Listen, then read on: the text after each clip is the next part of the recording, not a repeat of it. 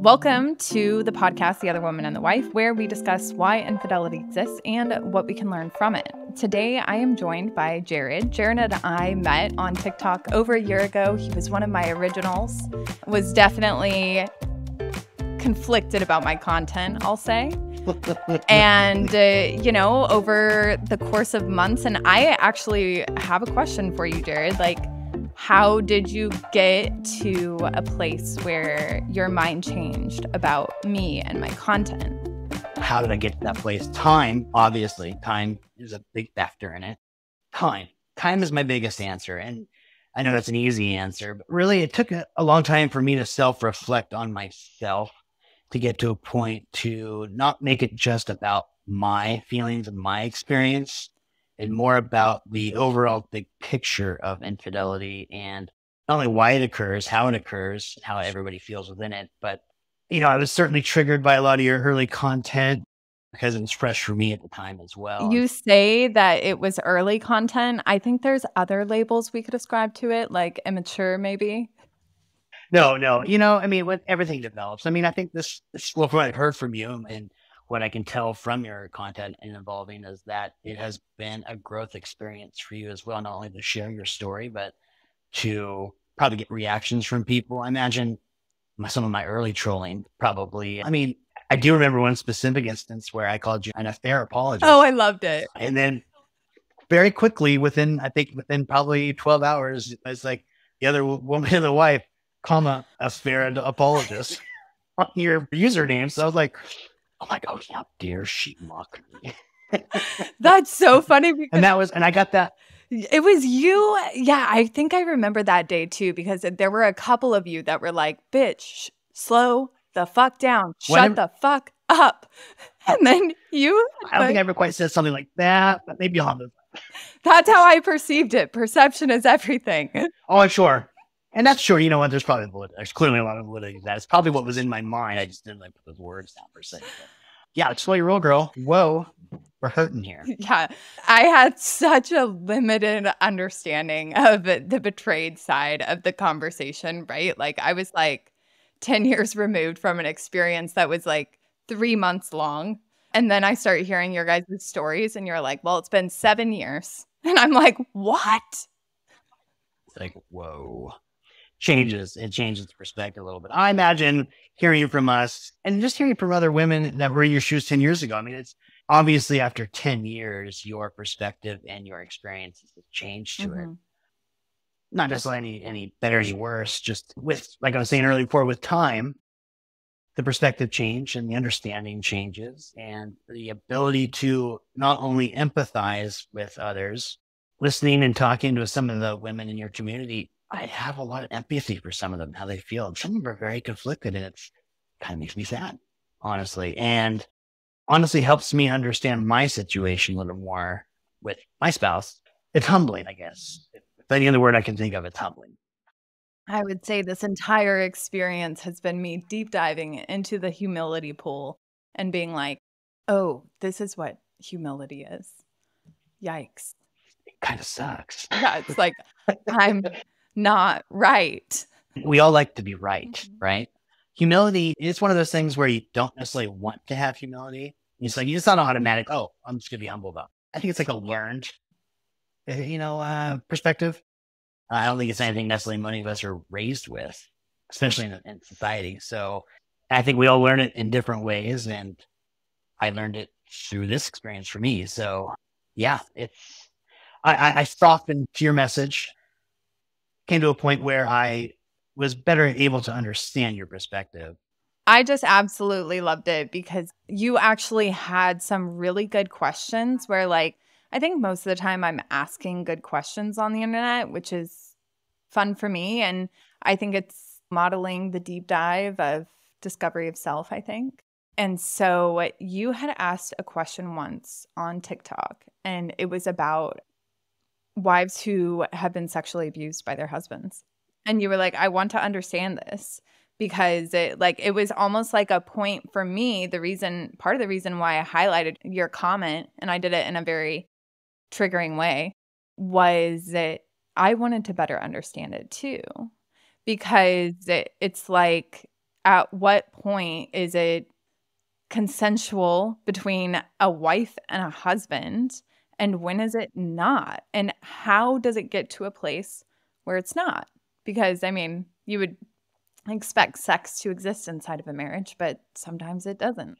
You would think so. You would think so. That expectation, there's definitely boundaries to that expectation. I mean, this very specific instance that you're referring to, I remember this. And the reason why I was asking, because, I thought beforehand, I had a very clear understanding of what sexual assault was, or the word. I don't know if I'm supposed to say the word or not, but what that really is. And we all grow up as men saying, okay, this is what you can do, this is what you can't do. And crossing that boundary when after a no has been given is obviously not appropriate and not okay. Mm-hmm.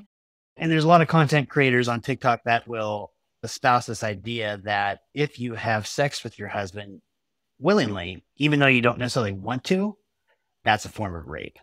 And I'm like, I have a hard time wrapping my head around. I'm like, really? I'm not saying it's a great emotional, meaningful experience maybe for this person who's doing it, even though they feel like they're doing it out of obligation. But I don't know if I would coin that necessarily. I don't think I would label it as rape. I speak to women on the daily who have sex with their husbands and they don't really want to. And what they tell me, what they do is they mentally check out of their body. And I'm like, cool, you have a superpower skill. It's called disassociating, but you are also disrespecting yourself.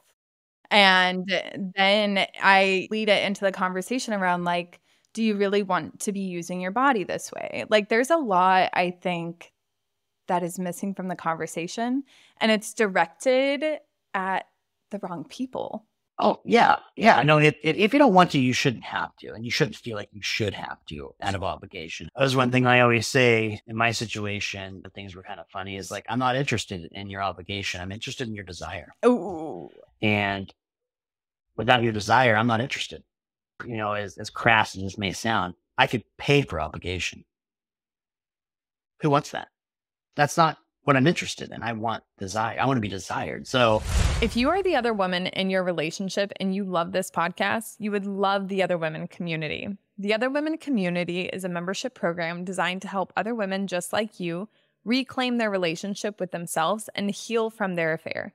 We provide a safe and supportive environment for you to open up and talk about your experiences. We give you the tools and resources you need to grow into an authentic, empowered individual. If you're ready to take the next step in your healing journey, head on over to theotherwomanandthewife.com/community to learn more about the membership and all it has to offer. I remember my sex life in my marriage got really good when a guy friend of mine came up to me and he goes, hey, your husband doesn't want to fuck you. He wants a fuckable wife, a wife who actually wants to fuck. And then it all made sense to me. I was like, oh, this makes a lot of sense. Like, he doesn't want to just have sex. Like, he wants to have sex with somebody who wants to have sex. We want to connect as well. For us, it's connection. Sex is sex. I've had plenty of uncommitted, unromantic sex when I was younger, prior to being married, and it did the trick, right? The job got done, but it wasn't meaningful, and I'm not interested in that. We want connection as well, and I can't speak for all men. I don't want to be too general, but for many of us men who aren't necessarily and I'm not putting myself in this boat either. I'm not saying I'm like it's emotional master, but for those of us who aren't in touch with our emotional side, that is one of the main ways that we connect, and we are vulnerable in that moment as well. And for it not to be desirable and meaningful, it takes a little bit of the sting out of it. And gets done, but now what? That's not the intent. It's really not the intent. Totally. It's not the purpose of it either. No. If you want to talk about the actual intent, it's obviously to procreate. If you want to get onto a biological level of that level, but that is cool. But then that just goes to the obligation, which maybe was a normal thing 50 years ago, 100 years ago. Even if it's normal, though, it doesn't necessarily mean it's good, Like, I do wonder, like, how many people in the past were limited by their understanding of, like, how they were to behave in the world, and, like, who succumbed to that pressure, like, maybe had way more to offer the world or way more to experience in the world, you know? Well, the only ones that did wrote books and novels than we know about them now. Everybody else went away to oblivion. I'm talking about women specifically. Mhm. You know, I mean, the women we hear from the 18th century, 17th century that wrote books, we know them now, and they offered what they had to offer the world. I'm sure there was plenty more that could have offered more to the world. It just, it was man's world then. Oh, I love it. I love it. God, I wish you were wearing your new sweatshirt. I really do. Well, Your daughter's wearing it. Your I wouldn't be able to stand-up show it. guy. Yeah, my daughter's wearing I it. get it. I get it. She liked it. She's at that age where she likes oversized things. So she likes to swim in my clothes. That's great. Okay, so when you and I first started talking about doing an episode together, you and I had some interesting banter back and forth about unconditional love, or like I had made some snarky comment like, that sounds like a conditional love. And you said, is there such thing as unconditional love? And then we kind of knew where you and I could impact the world around us, I'll say. And it was by having an out loud conversation about unconditional love. And then yesterday, was it? You and I both had a video hit our FYP, and you sent it to me and you were like, look at this. And I was like, dude, holy shit, we must be connected on another level, because I had the same one cross my path and I thought, ooh, I should use this with Jared and be able to get the conversation rolling. So we are going to go ahead and share that piece that we both had connected on. It's a fucked up thing about life. Sometimes you meet people just to show them what true unconditional love is. And sometimes those people met you to show you not to be so naive with that true unconditional love. And regardless of how you look at it, it's a win-win situation for both parties. One person was shown what true love was, and, well, the other one was shown that everybody doesn't deserve that love. That's a hard pill to swallow, man. For real. Yeah, it still hits a little bit. The message is there unconditional love? I think there is unconditional love in certain instances, like perhaps for your children, things like that. But, that may also be conditional. I know a big thing these days is children going no contact with their parents from toxic, growing up toxic. That's, maybe there isn't unconditional love, except maybe your young children, but all of it's conditional. If you're in a relationship with somebody who abuses you and you leave them, clearly there's conditions to that. And I think you can definitely taint the love by crossing those boundaries. And I used to think differently. I didn't really know what love really was at one point in my life. No clue. A lot of people kind of go, this love is a verb. And I truly believe that. I mean, is a choice a verb? Is it an action? Give me some grammar. An action. A verb is an action. A verb is an action. So is a choice an action? Is a choice? Yeah, absolutely. I think a choice is an action. I think that love is a choice. Yeah, choice is definitely an action. It's an action within your mind. It's a action. If it's a physical action, that's one thing. I think making a choice is absolutely an action where you take the action to do something, whether it's in your head, whether it's physically. It is an action. It's absolutely an action. And love is definitely, there's a lot of different kinds of love. Lots of loves. I mean, I had this thing I talk to people about, and as a little quote, it's like one of my isms, that the first 6 months of any relationship is amazing. It's so much fun. It's awesome. And then it generally evolves into a routine. It evolves into this kind of where it's not as exciting anymore. So a partnership, kind of the make or break point, at the nexus point. Well, absolutely. Once you get past that excitement, it's like a nexus point where, destiny, and choice comes together, and opportunity and destiny comes together. It's like, all right, this is this point where it's like, it's either going to go or it's not going to go. And if it goes, then it evolves into more of a different kind of love. And that's, I think, where you get into this, where love is a verb with an action, where you do things because you love people rather than having that spark and that fire. It's still there. It should be there at some level, but it's not there at the same intensity. I just don't think it can be.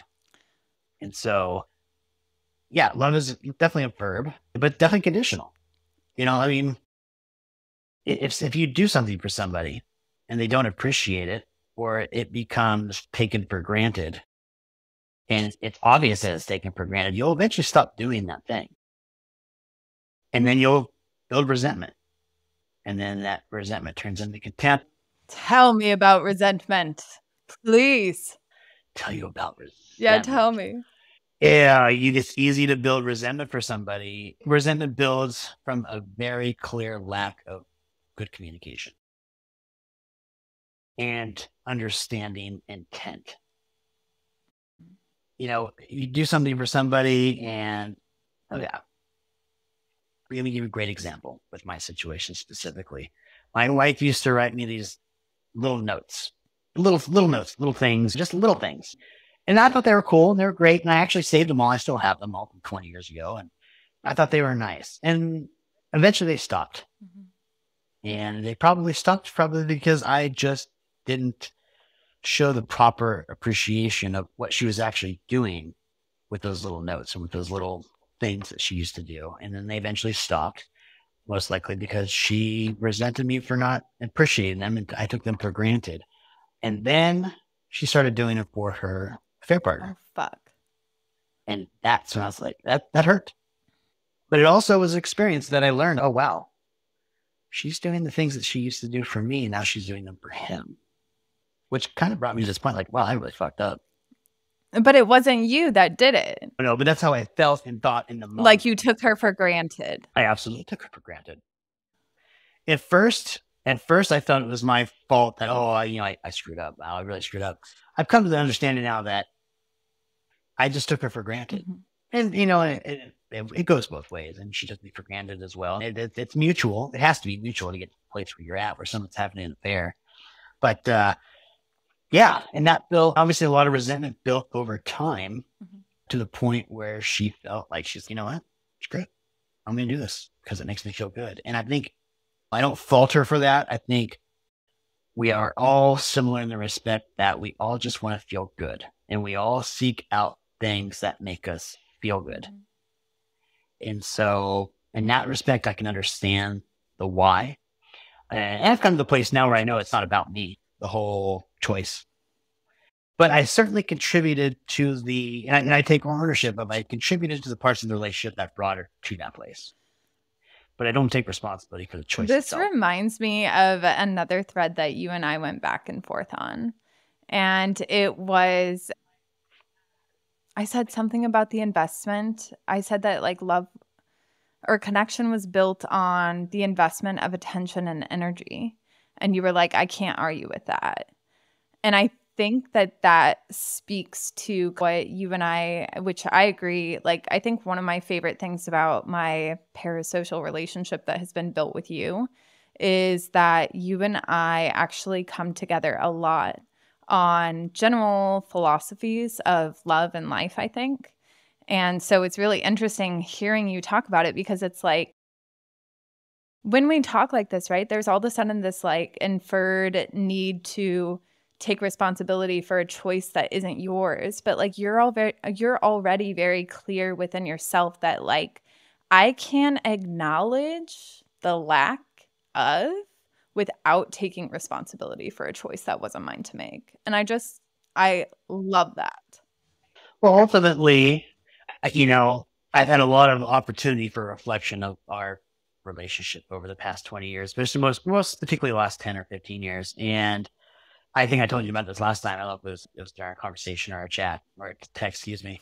And this is kind of cliche because it seems to be a very common statement, or at least the common idea is that we weren't arguing anymore. So I was like, cool, we're all good. We're in a place where we're just zooming and it's just, things are just happening and all is well. And we're not arguing. But at the same time, in hindsight, we weren't really having the opposite either. We weren't having that passionate connection either. So it's like you focus on one thing and, oh, things are all good because we're not arguing. And then until something hits the wall, you're like, oh, well, we didn't have that either. And so I think a lot of seems like a lot of men specifically kind of assume that because they're not arguing anymore, we're not arguing, that things are all cool. And that's not necessarily true. That's generally when somebody gives up and checks out, the whole quiet quitting concept, if you will. And so clear as a bell now, clear. I mean, obviously, after you see this in hindsight, and everything's hindsight, it's 2020, obviously. So that contempt builds up, that resentment builds up. And I think we just kind of skip along thinking that, well, we're doing this, we have a child, we're obligated to do it, so we're just going to keep doing it. And like I said, and then just seek out external things that make us feel good. I mean, it very well may have if I never found out about the affair, and it would eventually end it on its own, or eventually probably anyway. Most likely, who knows? I can't predict the future at that point in the past, but dude, I think we have infidelity statistics all fucking wrong. And I'm not saying that. I think it's quite pervasive. I think that I've been reading so many stories about the length of affairs that occur where there was no discovery, right? Like I've met plenty of women where they have been in the affair until their affair partner died. And I feel like being able to determine longevity of an affair is such an interesting thing to consider, because I couldn't last. Honestly, I had a unique perspective into that because I had specifically talked to the affair partner numerous times about it and got his perspective on the situation and where it was really at, for him at least. I mean, obviously, on the other side of the coin, it was real, and potentially on his, it wasn't as emotionally valuable. Which really underscores the whole, the experience of a relationship is not the same for both people. No, not at all. And that's not to say that it's not real for one or the other, but understanding his perspective and talking to him. And I honestly believe him in his words to me, because, I mean, we did not have an adversarial conversation. It was actually we sat and talked for 2 hours. And it was interesting to see his perspective and understanding the stressors in his life at the time that led him to make the choices that he made, that he actually seemed, at least, I don't know, he seemed to regret them at the time when he told me. And I don't know if that's because I caught him or not. I'll never know. But after his own self-reflection, as he reported to me, that, it was not a good place in his life, and he was just looking for validation and what anybody else is looking for, to feel good. So you spoke with the other man of your wife. Do you feel like he was more forthcoming with information than her? Oh, absolutely. Absolutely. He was like an open book to me. Wow. And I was an open book to him. I guess you could say we had a pretty vulnerable conversation between two men, which doesn't happen a lot. I mean, I have those conversations with my close friends, and I've had for 30 plus years, but not really an essential stranger that I don't know, who's connected to me for a reason that I don't necessarily enjoy. But when I said to him, I was like, well, who else do you have to talk to about it? I'm probably the best person to talk to about it because nobody else knows. And so, yeah, I was pretty forthcoming, and I was very clear with him on my shortcomings and my failures and in the relationship itself. And now, when this will still happen otherwise, who knows? I can't predict the future. I can speculate till the cows come home. It may or may not have happened. They still connected either way. So who knows where that would have gone.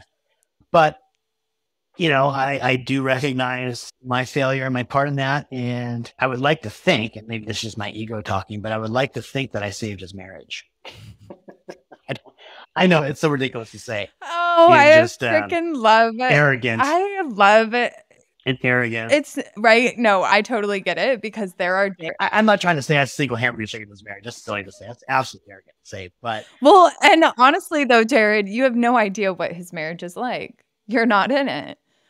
It could be a fucking miserable existence, right? From his perception, he's probably like, Jared saved his marriage and mine. I didn't save mine necessarily, but maybe his. I mean, maybe I'm Superman to him. But no, I have no idea what is his marriage. He didn't disclose that to me, and I didn't ask, because that wasn't my business to ask, and if he didn't want to disclose it. But clearly, if things must not have been so grand, based on the choices and actions that he took. So I can only assume that things were not great at home. And who knows? I mean, I don't want to get too into details of everybody, but doing my due diligence and research, I have found that I understand maybe why things weren't great at his home. And after talking to people that know his wife. Which is a great segue into, I would love to hear your thoughts on what creates opportunity for infidelity inside of a marriage. Well, I mean, clearly you have to find somebody you connect with. That's number one. And I know they say the number one source of affair partners is work. So obviously what creates that, it's, time and opportunity. Yeah, timing and opportunity. The right opportunity for something to grow into, from a friendship to more, if you will. I have a unique perspective. I read all of their texts, so I know how it went down, and it was just a friendship at first. And so time and opportunity, they happened to work at the same place at the time.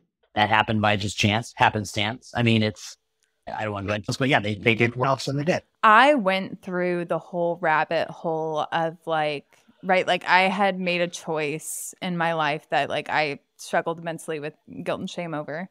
And so I started to backtrack. And so at first I started to resent myself for ever choosing to work at one of my favorite employers. It was my first career. I was like, oh my God, I never should have done that.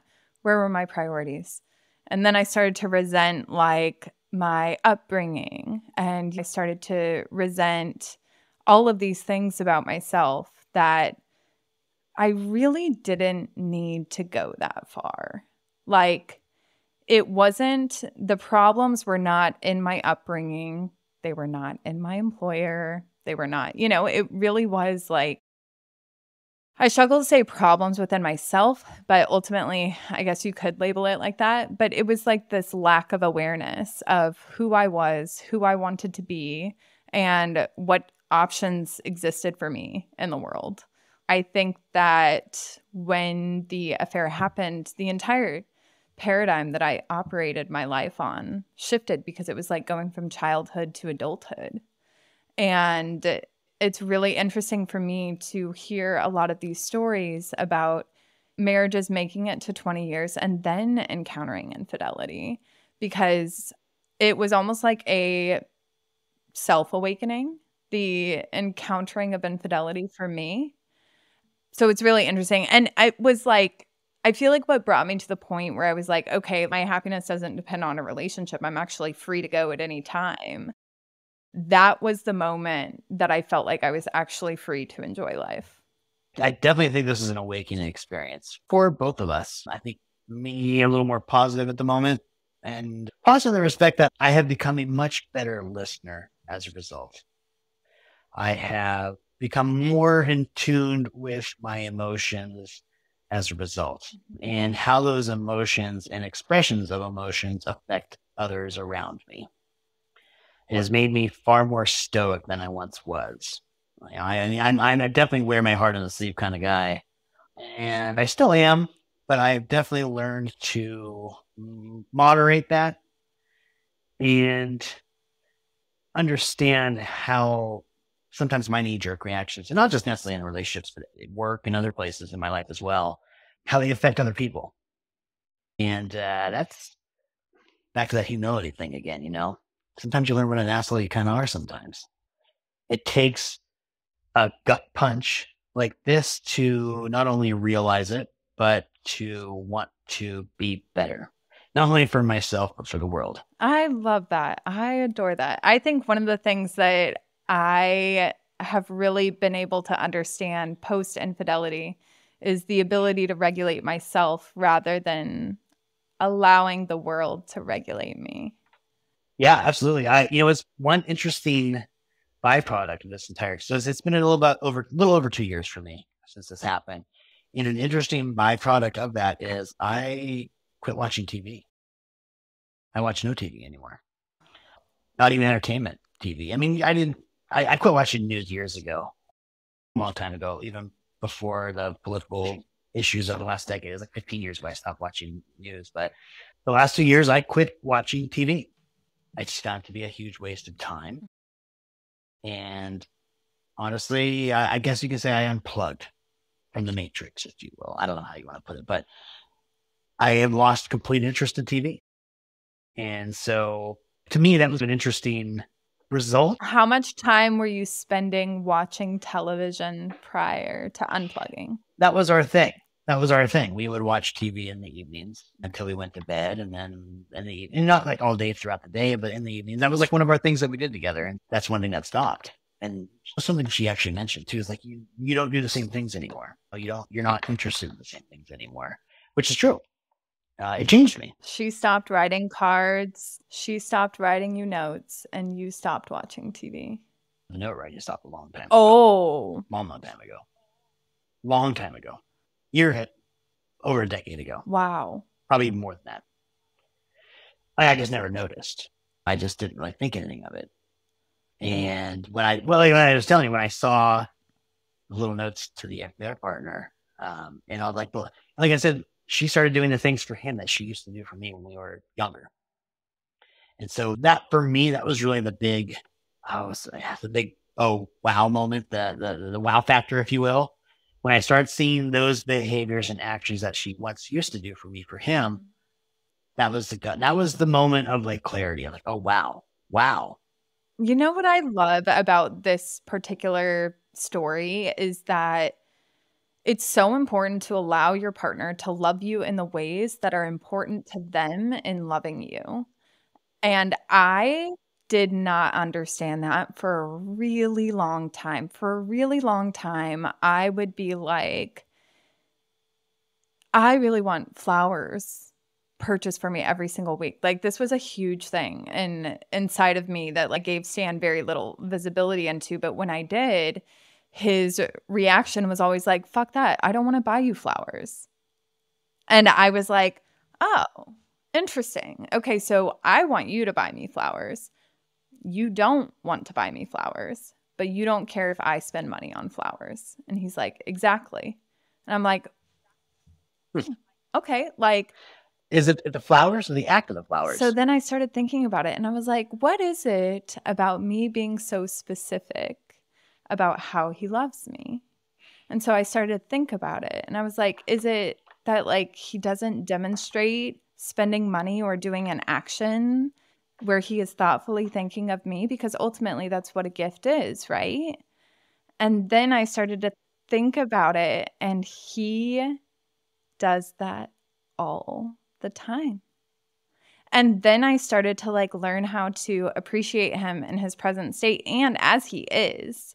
I started to realize how much I wanted to change my partner for my own benefit instead of being able to look at him and accept him for who he is and continue loving him in the ways that I like to love him. Like, I am the thoughtful gift girl. When we first got together, he had this article in the University of Alabama magazine, and I printed that shit out, and I went and I had it matted.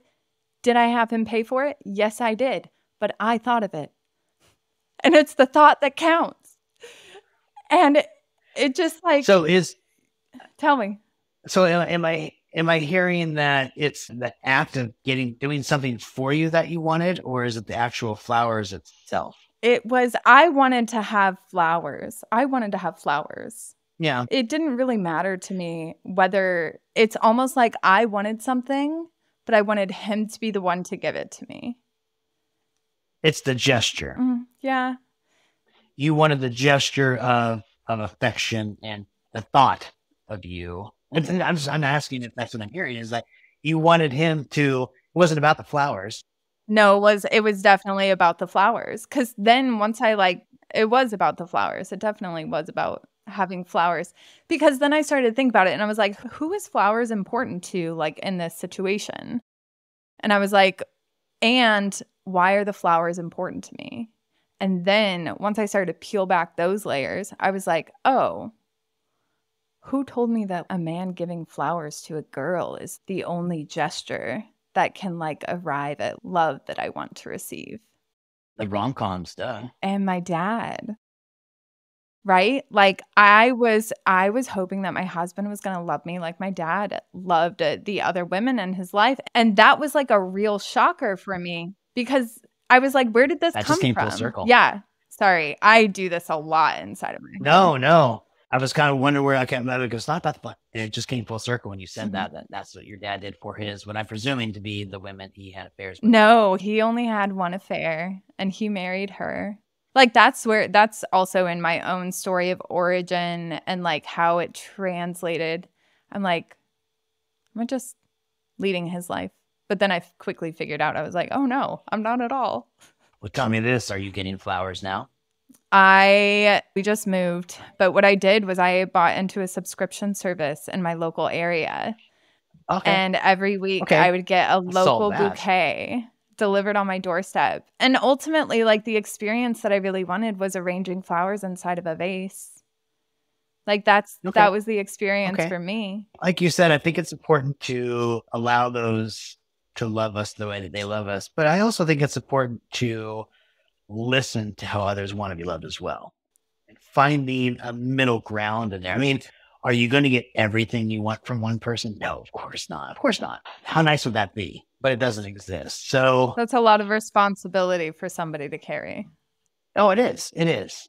But I think that's part of the intentional efforts we make to make a relationship function and work. The intentional efforts, right? You know, I think we had this conversation last time is that I know you hate this when people say you guys worked out. Fucking hate it. I know you do. And I remember I'm like, let me clarify what work out means. And I think we're going to say something along the lines of that. What working out means is that both people in the relationship make the intentional, deliberate efforts to make the relationship work. It doesn't just happen by chance. And I don't care if it's your first marriage, second marriage, 10th marriage, affair partner, whatever it may be, it doesn't matter. If both people aren't putting the effort out, like flowers without the water, they're going to wilt. But you said it doesn't happen by chance. I felt like one of the things that I get tripped up on is I met Stan by chance. That was an opportunity by chance.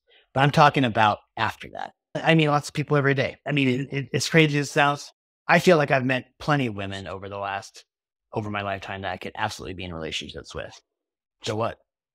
Right? I mean, it's like, okay, you can meet people, but you still have to make it work. You still have to put the efforts out. And like we were talking about earlier, that first 6 months is always amazing. But once that fizzles out and evolves. Hold on, let me understand this.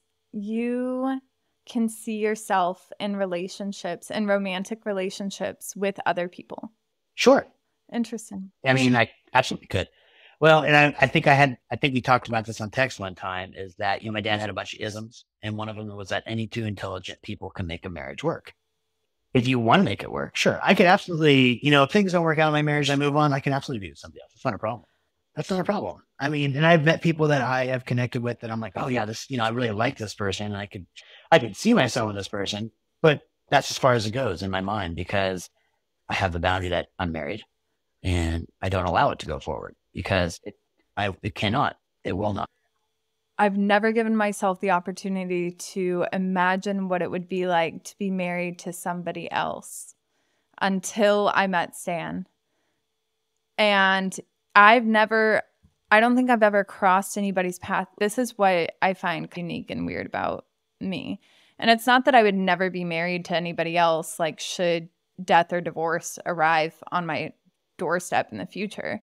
But I don't know. I don't know somebody well enough.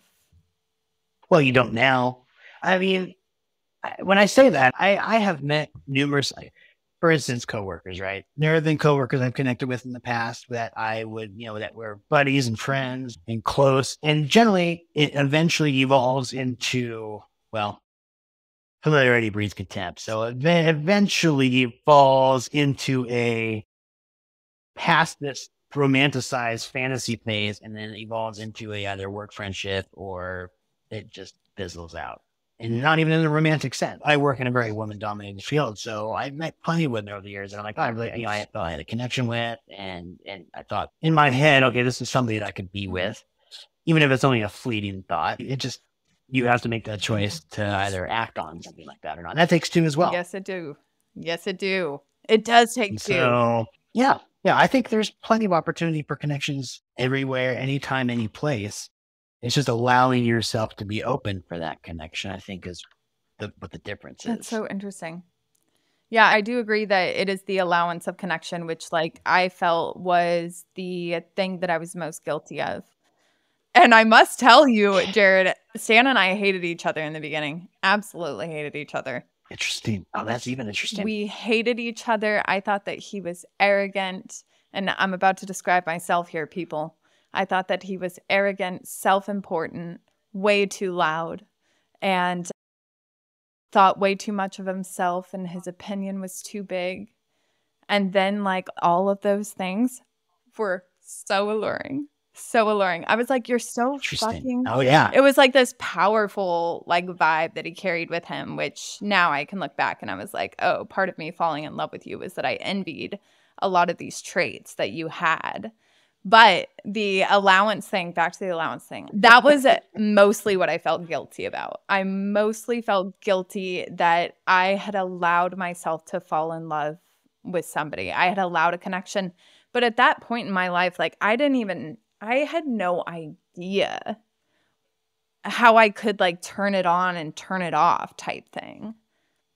You know, like I had no understanding of what boundaries were. How old were you at the time? 24. 24. I didn't know shit. I still feel like that way sometimes at 45 still. Mm-hmm. I don't know shit. I guess one thing I forward to it. Right? I'm still trying to figure it out. Let me tell you, in about a decade, you still won't know anything. And same here. Probably not in a decade either. But granted, I think that might be the difference in the sexes as well as how we view things, and how we experience things. I can experience an emotion like a connection with somebody, and I can just compartmentalize it, put it in a little box, and eventually throw it away when it doesn't have any use for me anymore. I don't know if that's necessarily the same experience for many women. I think that seems to be a common thing for men. I think that men... This is what I understand. I think that I was modeled compartmentalization when I was younger. And I definitely duplicated it. And I was like, oh, okay, this is how you get through emotions. And then as I progressed in my own understanding of the world, I was like, I actually need to like process shit. Like I have to like really get into it and go through it in order to let it go. But the compartmentalization, so I do have a question for you that just came to mind. And do you think that, and you haven't had the experience of an affair, so I'm very interested in hearing what your thoughts are. Do you think that men tend to compartmentalize and then one day their paths cross with a woman who can almost convince? I struggle with the word convince because that means that it kind of revokes power from the man, but is almost alluring enough for him to come to her and start to process differently. Possibly. Maybe for some. I think generally a woman, and like you say, not necessarily convincing a man, but eliciting a response from a man based on connection. That's a little nicer way to say the convincing. I mean, I definitely think the man will certainly consider it, think about it, process it in his own way. But if we're talking about a married man, I think, especially a married man with a family, I think the obligation, not only the social obligation, but the internal feelings of duty and family will generally take precedent over any emotional connection he has with somebody else, simply because that's how we're wired. Interesting. And that's why I feel that's why a lot of men don't leave their wives for their care partners. Yeah. That's statistically they don't. I can tell you that's the reason for me, at least in the beginning, of why I just didn't leave my marriage out of the obligation of my family, and not necessarily the marriage itself, but the obligation to provide and be a father and be involved. And the thought of not being involved or being shut out or even only being partially involved doesn't feel good at all. Did it feel like your purpose was being revoked? I felt like I was being replaced. From the moment my daughter was born, saw her come out the whole 9 yards, which is a very intense experience. At least for a man, I know it's obviously much different from women. I mean, I'll never understand the perspective of a woman, obviously, in this situation. But for a man, or at least for me, that was a very intense experience. And the moment she came out, it was an overwhelming feeling of obligation and duty that I had to this infant, at least for the next 18 years, probably for the rest of her life. And so that overrides a lot of decision making that I make in general, or it is the basis of choices, of a lot of choices that I make day to day. Is that good or bad? I don't know, but that's my motivation. One of the things that I have learned in watching my own father grieve a child is the ultimate responsibility for a parent to model to his child how to get past the most unexpected and difficult experiences in life. And I think for a really long time, and probably his identity is definitely inside of husband and father. And so anytime that I watched him pursue his happiness, it was always about those two roles. And that was where he found his enjoyment.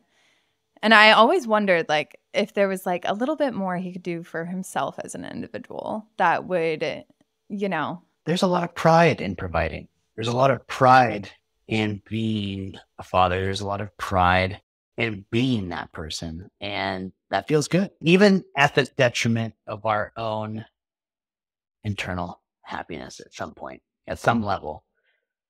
I guess you have to weigh, I mean, what is happy? Weigh, what is happy feeling good? And what's feeling good? If being a provider feels good, is that not happy? Yeah.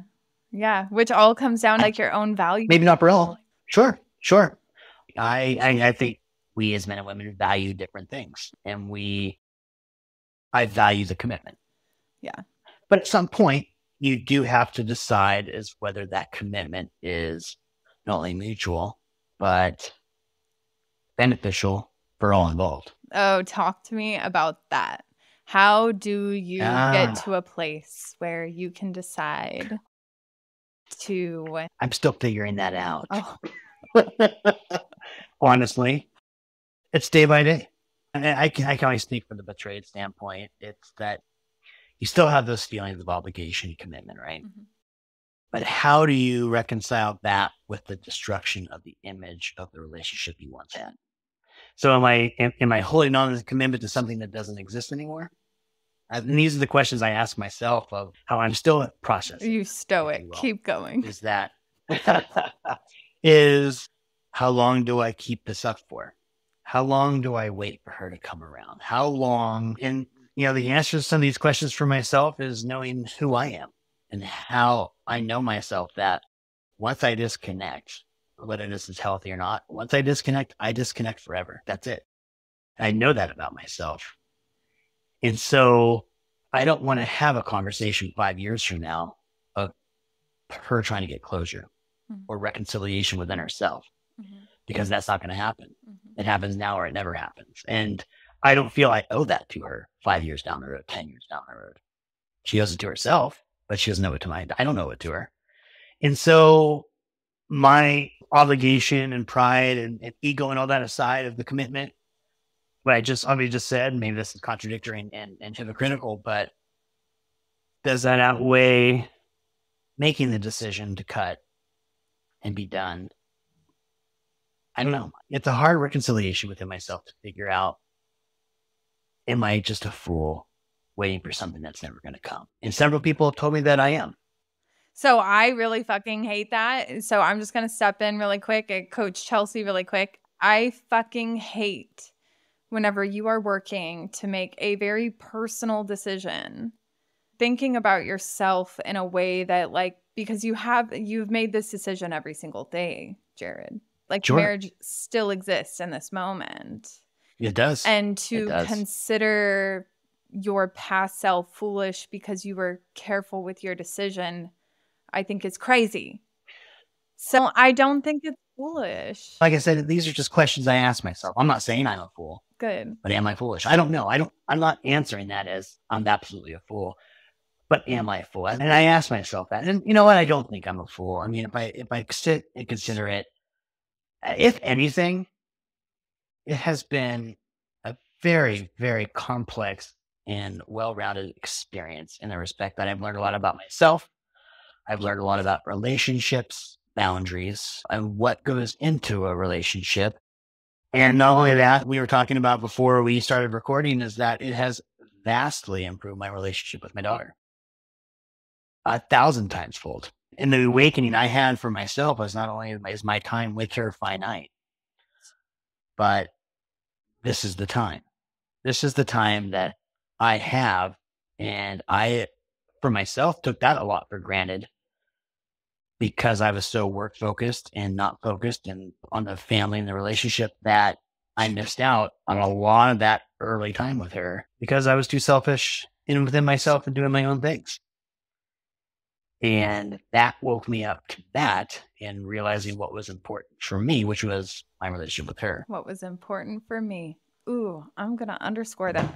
Also, I think that, and I know I got to wrap this up because I'm already stealing way too much of your time, but as somebody who did make the decision to end a marriage after infidelity, I think one of the difficult pieces was acknowledging all of the promises that a younger version of myself had made to myself. And being able to grieve that was really, really difficult because it almost felt like who am I really? And once I started to really take the time to reflect, what I did start to do was have compassion for the person I was then. And it really was like this self-reckoning thing that I keep saying on the podcast. But all of those promises that I had made to myself when I was a little girl, like, I'm never going to get a divorce. I'm never going to be my parents. I'm never going to, like, all these never, never, never. And how restrictive that those promises were to who I was intended to become. And I think that once I realized that, it felt so much easier to come to peace with the decision. And I just love that you're a careful considerer because I was not careful. I was very much like this is happening. I'm doing it. Goodbye. I did not. Yeah. I wasn't going to take That's usually me. I wasn't going to take anybody's influence into my decision. I wanted it to be the decision that I made on my own. Absolutely. I have chosen to try and work this out for now. And I do that because I want to. I have chosen to want to. And there may be a point when I decide not to want to anymore. And that will be okay. That will be fine if that decision is made. And that's where it comes to. And I've come to the point where now I've accepted that. And it's okay if that's the deal. It's just not what I want right now. And I may feel differently sooner than later. Yeah. I don't know. One day at a time. I want to close this up with, we've touched on unconditional love. We've touched on, which honestly, I don't think we even touched on what creates opportunity for a marriage, but I think you did do an excellent job with it because you actually started to talk about. I ramble on enough. What? I ramble on enough to get there. You did. It was funny though, because the question was, Perfect. how does the opportunity for infidelity manifest itself inside of a marriage? And you went straight to how affair partners find each other. And it was interesting, but we also talked at length about resentment in a marriage and the lack of receiving love and all of that. So I feel good about that. And then, okay, so we touched on unconditional love. We touched on opportunity for infidelity in marriage. And we have touched on the decision to divorce or reconcile after infidelity. Are there any final thoughts or questions that you have that you would like to kind of openly discuss with me on the podcast for our listeners before we close up? Questions not per se, and I'll probably have 1,000 at you in about an hour now after we're done. Write me an email. I definitely will. I definitely will. Some self-reflection and some, maybe we could have done this. Maybe we could have done that. I love it. Honestly, comments as far as, I know a lot of people, and my wife included, and she's told me this. I carry a lot of guilt, a lot of shame for choices. Don't beat yourself up too much. And that's everybody out there. Don't beat yourself up for having the affair. Don't beat yourself up for staying after the affair. Don't beat yourself up. You're doing the best you can. Although eventually, and even for myself, you do have to make a decision to not be indecisive and move forward, however that looks for you. And for those who are in an affair, I'm sorry. I know it hurts and you're probably really conflicted right now, but the sooner you make a decision to do whatever you're going to do, probably the better you're going to feel. Mm-hmm. I imagine. Indecisiveness sucks. It really sucks.